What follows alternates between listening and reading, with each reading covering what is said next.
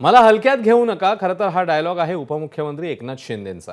मात्र मला हलक्यात घेऊ नका हे मला सिद्ध करायचं होतं, असं वक्तव्य आज फडणवीसांनी माझा विजन कार्यक्रमात केलं. 2019 मध्ये संधी हुकली याचं शल्य मनात असल्याचंही त्यांनी बोलून दाखवलं. आता मला हलक्यात घेऊ नका हा डायलॉग फडणवीसांनी नेमका कुणासाठी मारलाय याची जोरदार चर्चा राजकीय वर्तुळामध्ये सुरू झाली.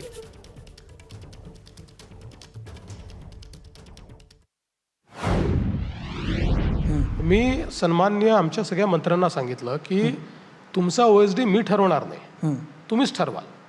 पण तुम्ही नाव पाठवाल त्याला अप्रूव्हल देण्याचा अधिकार माझा आहे. अनेक मंत्र्यांनी राग थोडा माझ्यावर व्यक्त केला, काहींनी पाठीमागे केला. मी एक गोष्ट तुम्हाला सांगतो, मला आता काही प्रूव्ह करायला राहिलं नाही. कदाचित ज्या प्रकारे 2019 मध्ये मी बाहेर गेलो तर त्यात मनात एक दुःख होतं आणि हे एकदा दाखवून द्यायचं होतं की बाबा असं नाही आहे. म्हणजे जसं आमचे शिंदे साहेब म्हणतात की आम्हाला हलक्यात घेऊ नका, तसं मला हलक्यात घेऊ नका एकदा दाखवून द्यायचं होतं.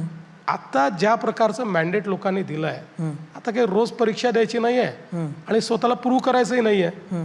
आता काही गमावण्यासारखं काही नाही आहे. ABP माझा, उघडा डोळे बघा नीट.